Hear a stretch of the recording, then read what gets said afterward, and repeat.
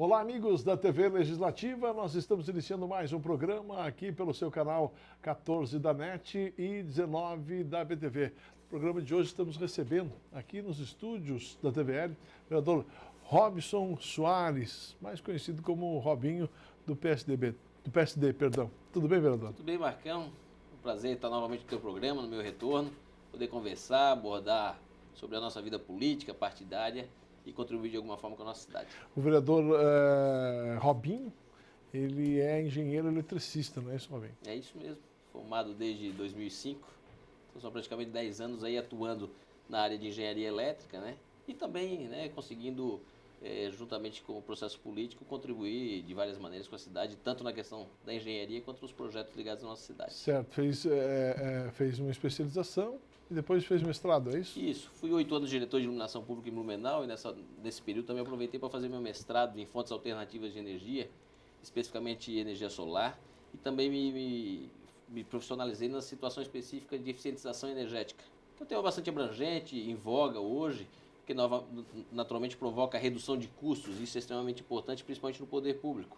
Então é uma área que eu me especializei e tenho atuado de forma intensa, principalmente no último ano que fiquei fora do parlamento, fora da Câmara de Vereadores e retornei de forma mais intensa às minhas atividades profissionais. A energia elétrica que é chamada hoje aí nos meios de petróleo do futuro? É verdade, Marcão. Estávamos conversando antes, né? Energia solar, energia eólica são fontes abundantes. Sim. E naturalmente sem risco de colapso. Naturalmente que a tecnologia ainda no Brasil, na aplicação, ela é muito cara em relação às usinas hidrelétricas que são abundantes no nosso país. Mas naturalmente são o futuro, são o petróleo, o próximo petróleo, a próxima grande fonte de renda das grandes empresas do setor energético. E tenho certeza ainda teremos muitos projetos no Brasil e também na nossa cidade para que dentro desse setor a gente possa contribuir também com essa questão. E o Brasil está preparado para isso, vereador? Ou vai demorar muito? O Brasil precisa, né? Mesmo a passos lentos, como tem sido. Eu estava comentando contigo, né? Na Áustria ou na Europa, ela foi forçada porque são outras situações ambientais, climáticas, hídricas, que forçam os governos europeus a atuar em fontes alternativas, inclusive não só energia solar e eólica, pela movimentação das marés, tantas outras fontes desenvolvidas naquele continente. Mas o Brasil, por ter muita abundância hídrica e condições de fazer as usinas elétricas, e hoje mais intensamente as PCHs, tem atuado nisso por serem mais baratas, apesar do grande impacto ambiental que provocam. Mas é o futuro, não tenho dúvida, vai ser mais intenso, dentro da condição do Brasil de realizar seus projetos. Esses projetos são importantes a participação do governo, o incentivo do governo, por serem muito caros, realmente precisa do incentivo do BNDES e de outros órgãos governamentais para poder fomentar o desenvolvimento dessa tecnologia no Brasil. Porque eu entendo que nós somos obrigados a baixar o preço da nossa energia elétrica, aí, que está muito caro. Né? Ainda mais com a seca no Sudeste, você acaba botando em operação as usinas termoelétricas que têm um custo de operação muito maior, né? Além de utilizar um combustível fóssil extremamente danoso ao meio ambiente, seja na produção de energia, seja na extração do carvão. Então, a entrada em operação das usinas termoelétricas provoca um aumento gigantesco do custo de energia. E quem paga a conta sempre é o cidadão, né? Sempre é o cidadão, sempre é o povo, é o contribuinte que acaba pagando essa conta. E é o que está acontecendo, todo mundo sente na sua conta de energia, em recebê-la mensalmente, os custos que são enormes, diferentemente do que foi propagado aí nos processos políticos do ano passado, mas realmente, mais uma vez, é o cidadão que está pagando a conta. É verdade. Vereador Robinho, o senhor esteve fora da Câmara de Vereadores atendendo uma determinação legal da Justiça e agora está retornando. Eu gostaria de saber qual o seu posicionamento, né, de estar fora, né, e agora essa determinação da própria Justiça que você deveria voltar à cadeira de vereador. Naturalmente que são praticamente 2 anos perdidos, né? 2 anos, 1 ano que eu fiquei fora, mas o primeiro ano sem conhecer de forma direta o processo, ou por estar envolvido num furacão e não conseguir debatê-lo da forma adequada, principalmente com a sociedade blumenauense, Marcão. Mas eu retorno de cabeça erguida, coração reenergizado, pronto para enfrentar todas as dificuldades, para utilizar esses 2 anos para recuperar tudo aquilo que construímos ao longo de 20 anos, né? Porque isso não caiu do céu, ser vereador, né? Foram anos e anos de dedicação, de tentativa, de luta para poder chegar nesse parlamento, nessa casa e poder trabalhar em benefício da nossa cidade. Então volto realmente preparado para enfrentar todos esses desafios, para estar de mãos dadas junto com a sociedade blumenauense, apresentando projetos, estando presente, conhecendo as demandas Nesse um ano aprendi muito sobre isso, Marcão, né? Você tem que estar presente na sociedade, conhecendo os problemas. Eu sempre dou o exemplo da rua Itapuí, é uma rua curta, mas no início dela as necessidades são muitas ao longo de toda a rua Itapuí, mas no início a prioridade é uma e no final é outra. E se você não estiver presente conhecendo as dificuldades, você não vai tomar ação correta como agente público. Então, isso é a minha maior missão. E quanto ao processo, foi importante no sentido de esclarecer a sociedade, porque o tempo perdido a gente não resgata, né, Marcão? Mas o processo Tapete Negro ele tem 11 denúncias, 7 na área criminal e 4 na civil. Certo. Vários motivos, de probidade administrativa, enfim. Eu não estou em nenhuma delas, Marcão. Ou seja, de todos os investigados, eu tive meu sigilo bancário, telefônico, completamente verificado e analisado. Eu não estou envolvido, nem citado em nenhuma delas. E fui colocado nesse caldeirão, nesse furacão do Tapete Negro, que não tem absolutamente nada a ver. Das 30 mil horas de gravação do Tapete Negro, 2 horas foram utilizadas para o processo eleitoral. Então, a chance de defesa também me foi tirada, porque só foi selecionado aquilo que interessava a acusação. E é isso que aconteceu em Brasília, o retorno, inclusive com parecer do Ministério Público Federal. Eu gosto de citar isso porque o órgão de acusação era o Ministério Público Estadual. Então, em Brasília, o órgão que deveria reforçar a acusação é o órgão superior, que é o Ministério Público Federal. Certo. E o parecer do Ministério Público Federal de 9 páginas é meu benefício e minha defesa. Então, o órgão que deveria reforçar a acusação fez o processo de defesa e é por isso que eu voltei realmente de cabeça erguida, de coração reenergizado, volto a falar, para trabalhar muito, me dedicar muito para a nossa cidade. Bom, você retornou, aí teve que sair de novo justamente para organizar a tua vida, né? É verdade, Marcão. Como o retorno também não estava previsto, não acreditava que saísse de forma acelerada nesse ano, eu estava tocando minhas atividades como engenheiro, no setor elétrico, eficientização energética, fontes alternativas, e precisei, naturalmente, não consegui retornar na mesma sequência que a Justiça me permitiu. Então, fiquei os 60 primeiros dias fora, de maneira a readequar minha vida profissional e partidária e política, né? Então, consegui, agora 30 dias, aproximadamente 30 dias, retornei. Agora, de forma dividida, conseguido conciliar a minha vida profissional com a minha carreira política, que eu tenho certeza, eu tenho esse dever e essa missão, principalmente pelos 4.514 votos que confiaram, acreditaram, as pessoas que continuavam acreditando, usando força e energia para retornar e superar todas essas dificuldades. Vereador Robinho, o senhor apresentou um projeto de lei que acabou sendo aprovado aqui no Parlamento, que trata aí das doulas aqui na cidade de Blumenau.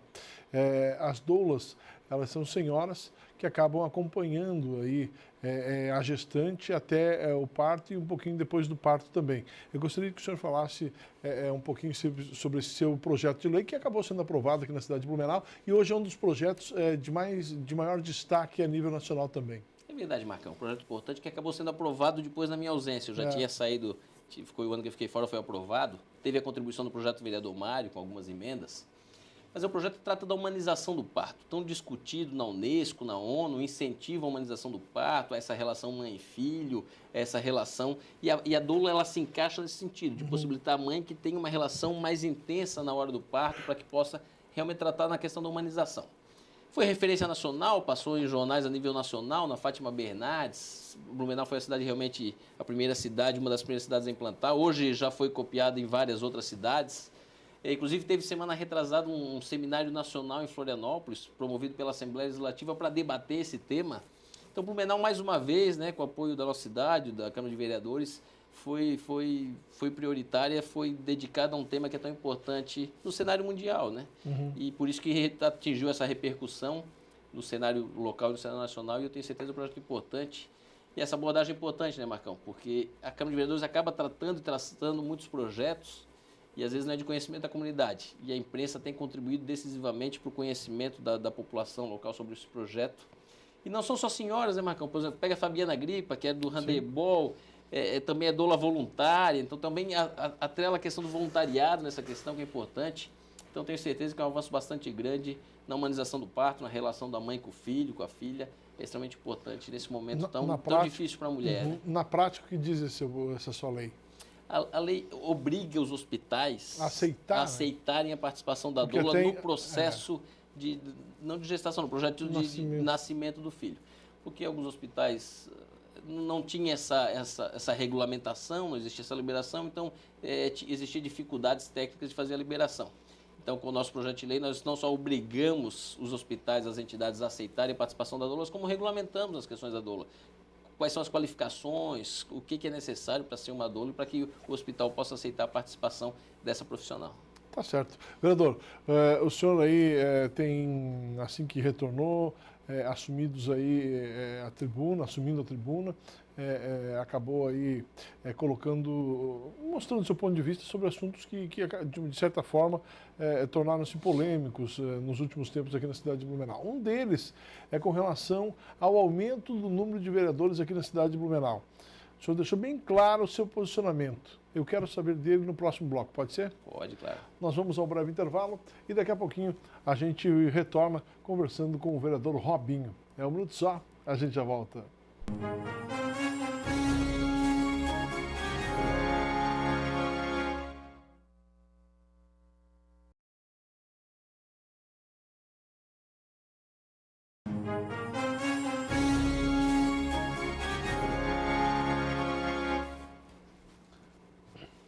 Pois é, nós estamos de volta aqui no programa Fala Vereador. Muito obrigado pelo carinho da sua audiência.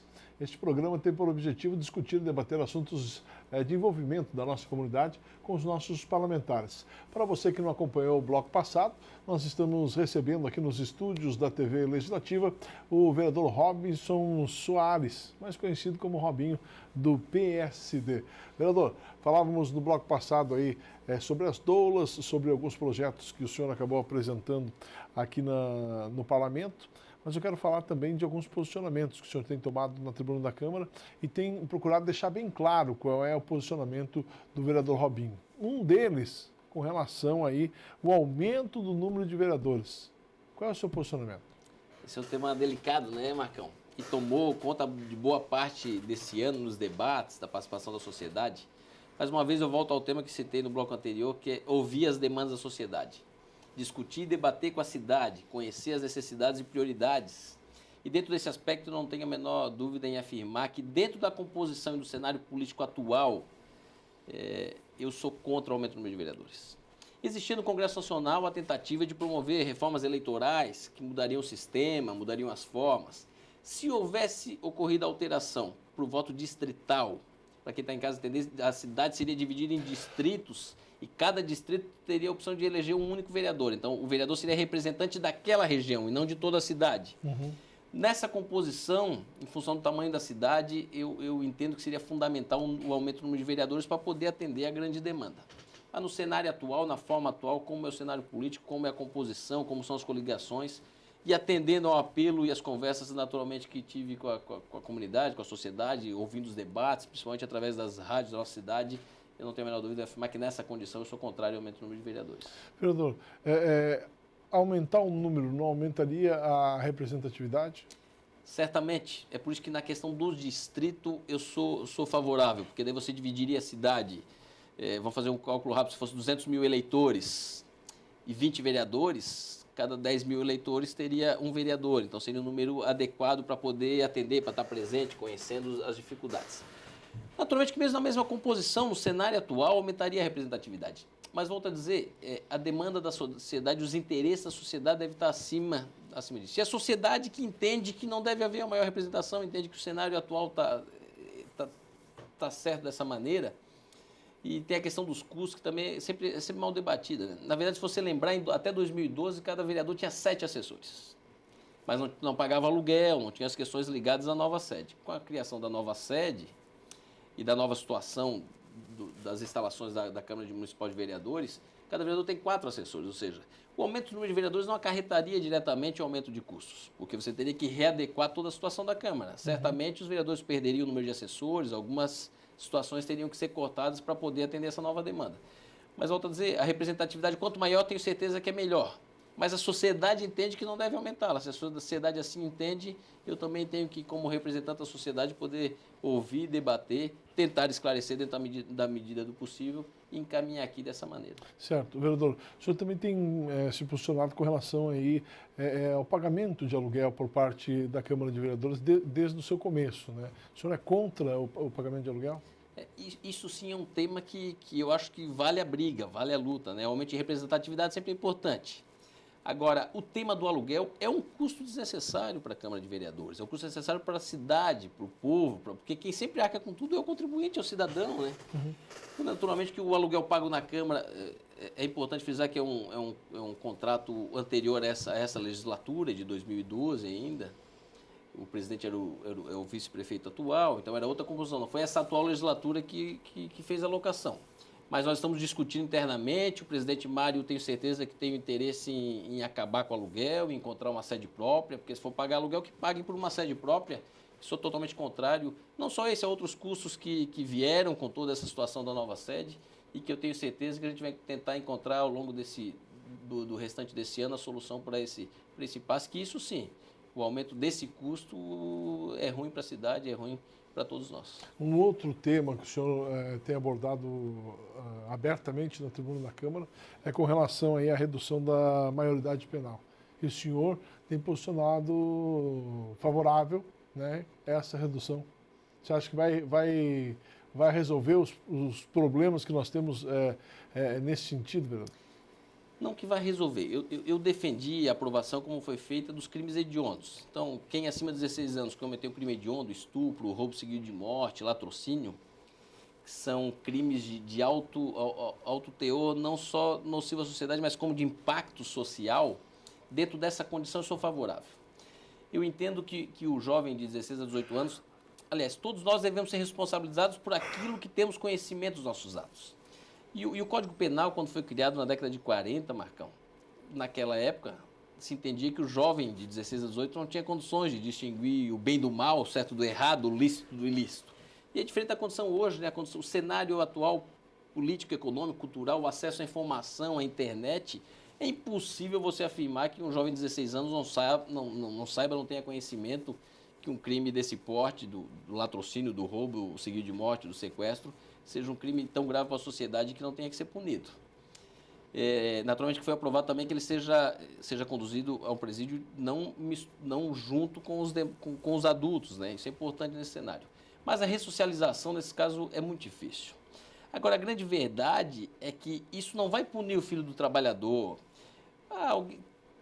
Um jovem que é fruto das condições sociais do Brasil, ele não vai cometer um latrocínio. Ele pode cometer um roubo, um pequeno roubo, furtar um tênis, furtar um supermercado. Esse sim não tem que ser punido, esse tem que ser atendido por condições do Estado, do poder público, poder atender essa demanda e poder ressocializá-lo e dar condições de inserção cultural, social e econômica. Agora, quem comete um crime hediondo, ele tem conhecimento, tem que ser punido, certamente. Agora, o governo federal precisa fazer a parte dele, né? Porque o FIES, que é uma forma do aluno carente ter acesso ao ensino superior, o governo federal está cortando. O Pronatec, a minha vida começou no ensino técnico. Então, o acesso ao ensino técnico, o governo federal está cortando. O PNPE, Plano Nacional do Primeiro Emprego do governo federal, também foi extinto pelo governo federal. Então, como é que o governo federal está acabando também com as chances de ressocialização ou de inserção dos jovens carentes? E a gente tem que lutar por isso. Agora, os crimes hediondos têm que ser punidos, não é só isso, são outras várias situações que têm que estar atreladas para resolver toda essa situação. Você acredita que os menores hoje estão sendo utilizados ou eles fazem realmente sabendo o que vai acarretar? Esse é um ponto interessante, Marcão, porque no caso do tráfico de drogas, eles são utilizados. Eles são realmente utilizados porque não serão punidos, né? E isso ficou fora. Então, dentro dos crimes hediondos, o tráfico de drogas foi excluído dessa condição. Então, o jovem que foi utilizado pelas milícias, foi utilizado pelos grandes traficantes, ele não será tratado como crime hediondo e não estará sendo preso e processado como adulto. Então, somente para os crimes hediondos, que estão fora, né, do tráfico de droga, do pequeno roubo, que eu volto a dizer, que é fruto da sociedade, da questão social que ele está inserido, esse jovem que seria utilizado de alguma forma não estaria. Agora, dos crimes hediondos, eu não tenho a menor dúvida que tem sim que ser... É um delinquente.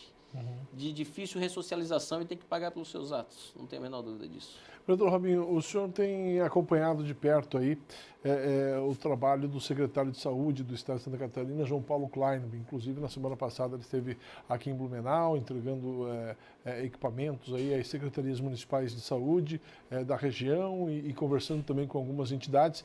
E o senhor fez questão de acompanhar e está acompanhando de perto este trabalho. Você acredita que por ele ser de Blumenau, por ter morado aqui na cidade de Blumenau, você acha que a saúde de Blumenau vai avançar tendo o secretário estadual de saúde? Realmente, o ex-prefeito, o deputado federal e o secretário de saúde do estado, João Paulo Claudemir, tem me surpreendido positivamente, né? Em apenas 6 meses ele conseguiu ter um domínio completo e um conhecimento completo de todo o sistema de saúde do estado de Santa Catarina, que é bastante complexo. A gente já sabe que os problemas municipais são muitos, imagina a nível de estado. E ele tem surpreendido não só a mim, a todos, né? Ele conquistou o respeito e o coração de todos os gestores públicos ligados ao sistema de saúde, de todos os partidos, pela dedicação, pela proatividade e pela forma de outurna com que trata os problemas daquela secretaria. Então ele tem contribuído, ele teve a nossa cidade entregando 63 computadores, né? Um dos atos entregando 63 computadores para o sistema de regulação. E hoje a gente fala tanto de transparência. Sim. Então o sistema de regulação vai permitir, com 63 computadores e a infraestrutura ligados a esse sistema, a transparência completa das filas de espera e mais do que isso, vai poder padronizar e garantir que o andamento seja da forma correta. E com isso ele também entende, o nosso ex-prefeito João Paulo, que vai poder sanar esse problema. E a meta de saída dele da secretaria é extinguir a fila dos procedimentos de média complexidade. As dificuldades são muitas no sistema de saúde, mas eu tenho certeza que de média complexidade ele vai conseguir cumprir a meta. Ele tem se dedicado a Blumenau, estivemos na APAI também. A APAI, todo mundo conhece o trabalho e a dedicação daquelas pessoas, né, por nossa cidade, principalmente nas questões ligadas aos deficientes. E eu tenho certeza que ele vai também encontrar soluções. No governo dele, no governo João Paulo, além do repasse do SUS, ele também fazia repasses mensais à APAI para manter aquela instituição, repasses que atualmente não são feitos da mesma maneira, mas que ele também vai procurar encontrar, através da Secretaria de Estado, solução para esse problema. Então ele tem se dedicado, tenho certeza que vai contribuir com o Estado, mas principalmente com a nossa cidade, com a nossa região, porque foi prefeito 8 anos, conhece como ninguém as necessidades, dificuldades, e tenho certeza fará de forma intensa essa ajuda ao nosso município. Vereador Robinho, para a gente encerrar, o senhor apresentou aí o projeto de lei que institui o Júlio Laranja aqui na cidade de Blumenau. O que é o Júlio Laranja? Tanta semana, tanto mês de cor, né, Marcão? Cor. Mas isso foi numa conversa com a Defesa Civil, acompanhando o simulado que ocorreu recentemente, e o simulado é extremamente importante, né? Sim. Porque não só o corpo técnico da cidade tem que estar preparado para enfrentar as dificuldades de catástrofes naturais, mas também o cidadão tem que estar preparado. Então, na conversa com a Defesa Civil, há um pedido do diretor da Defesa Civil essa semana para que seja incluído, para que esses simulados e todas as ações realizadas pela Defesa Civil no sentido de qualificação técnica e também de qualificação e preparação da população, seja sincronizado, seja numa programação oficial. Então, essa condição de criar o mês laranja é as cores da Defesa Civil e dentro desse aspecto, de poder organizar e saber de que anualmente nós teremos garantido, por legislação, a execução de atividades que tenham esse objetivo, de qualificar e preparar a nossa cidade para enfrentar os desafios. E a ideia é pegar o mês de julho como um todo. Isso, por orientação deles, que já é o mês que tem as questões ligadas à Defesa Civil, e esse é o principal objetivo, atendendo a essa demanda. Tem projetos que parecem ser simples, né, Marcão? Pô, por aqui, mês de cor, já tem tanta cor, mas realmente, quando você acompanha o simulado, acompanha a dedicação dos profissionais da Defesa Civil, e entende que é um pedido deles no sentido de deixar uma lei estabelecida e deixar previsto o cumprimento disso por governo A, B ou C, do partido A, B, C ou D, você tem certeza de que é um projeto importante para poder dar garantia de que esse tipo de atividade vai ser realizada todos os anos. E nós aqui na cidade de Blumenau sabemos que convivemos com as cheias, já aprendemos a conviver com as cheias, sabemos que é uma questão de tempo que vai acontecer de novo. É verdade. Né? Que é cíclico, vai acontecer de novo e a gente tem que conviver com isso. Então, nada mais justo do que o Júlio Laranja para que seja fomentado, né? E você vê que esse simulado também não teve relação com a enchente, por causa das últimas catástrofes que foram os deslizamentos dos morros. Então, a cidade está bem preparada para as enchentes. Tem que começar uma nova preparação técnica para os deslizamentos, que é o que aconteceu na última grande catástrofe de 2008. E o simulado foi basicamente focado nisso. Então, o corpo técnico da cidade acaba se preparando para as enchentes, que apesar de sempre existirem, tu precisa estar qualificando e já preparando para esse novo desastre que aconteceu na cidade de 2008, que é extremamente importante estar preparado para isso. Vereador Robinho, muito obrigado pela sua presença aqui no nosso programa. Espero contar com o senhor aí em outras oportunidades também. Marcão, eu que agradeço a oportunidade. Queria deixar o meu gabinete, o nosso gabinete, aberto e à disposição de toda a população. É o gabinete 15. O telefone é 3231-1516. Eu tenho certeza que estou aqui para servir e ajudar e quero poder colaborar com a nossa cidade. Sucesso. Obrigado. Vereador Robinho foi o entrevistado de hoje aqui no Fala Vereador. Fala que volta na semana que vem, conversando com outro parlamentar blumenauense. Um abraço a todos. Até lá.